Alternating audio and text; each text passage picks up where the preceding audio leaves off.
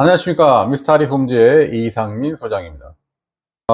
오늘 이 시간에는 저번에도 제가 말씀을 드렸던 내용입니다. 잔금 부족한데 어쩌나 입주 앞둔 새 아파트가 지금 대혼란에 빠졌다 라는 그런 기사입니다. 11월 27일자 기사인데요. 7거주 족쇄에 서울 분양권 전매가 가뭄 상태다.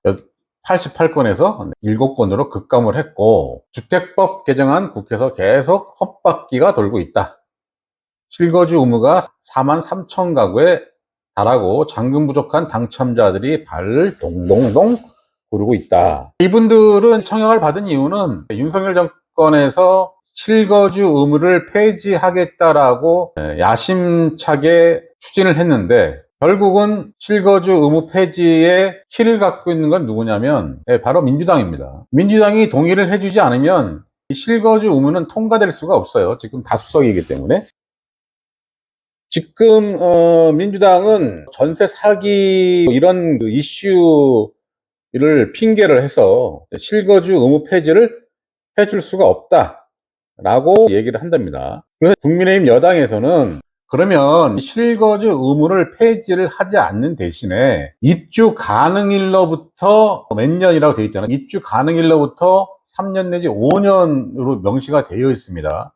그거를 내가 그 주택을 소유하고 있는 동안, 즉 내가 그 매매를 하기 위해서는 무조건 실거주 의무를 하고 난 다음에 이걸 해야 된다 라는 식으로 조금 완화시키자라고 주장을 하고 있다고 합니다.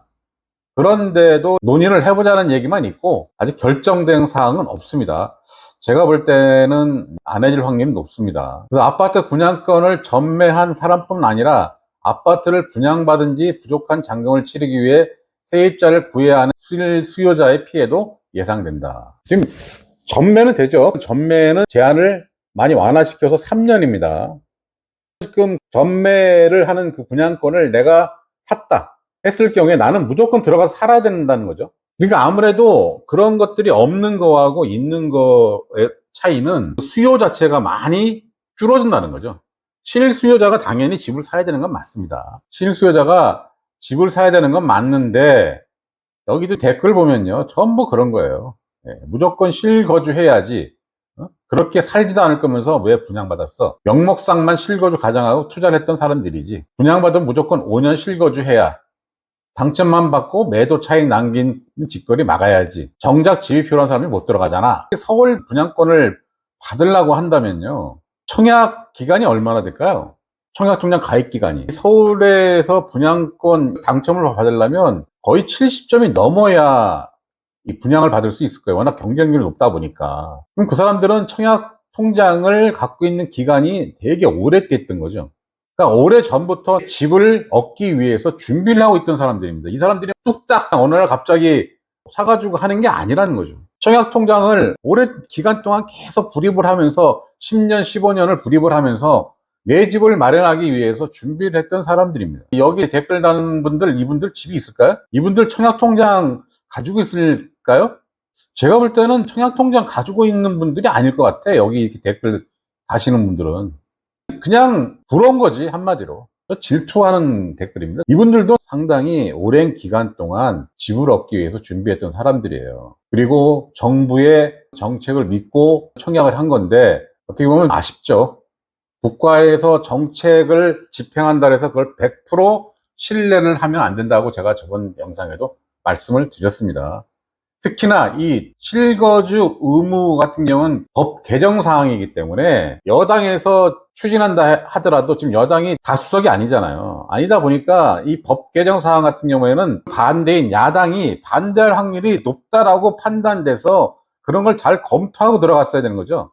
근데 지금 그거를 안 하고 청약을 해서 입주를 해야 되는 상황인데 4만 3천 가구가 입주를 해야 된다는 건데 이때 당시에 청약을 했던 사람들은 어느 정권 때 청약을 한 분들일까요? 문재인 정권 때 청약을 했던 분들일 것 같아요. 그때 당시에는 당연히 실거주 의무가 있었겠죠.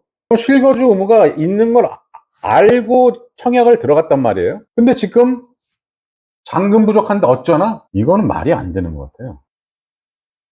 말이 안 되죠. 다 알고 들어갔잖아요. 다 알고.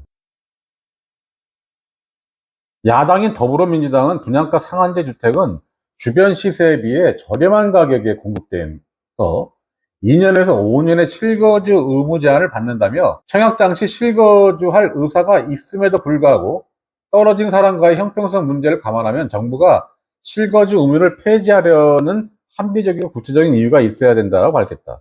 반면 여당은 청약 당첨을 통한 서민주거 사다리 회복을 명분으로 실거주 의무 폐지를 주장하고 있다. 그러니까 4만 3천 가구라고 한 이분들은 청약을 한 3년 전에 했을 거 아니에요.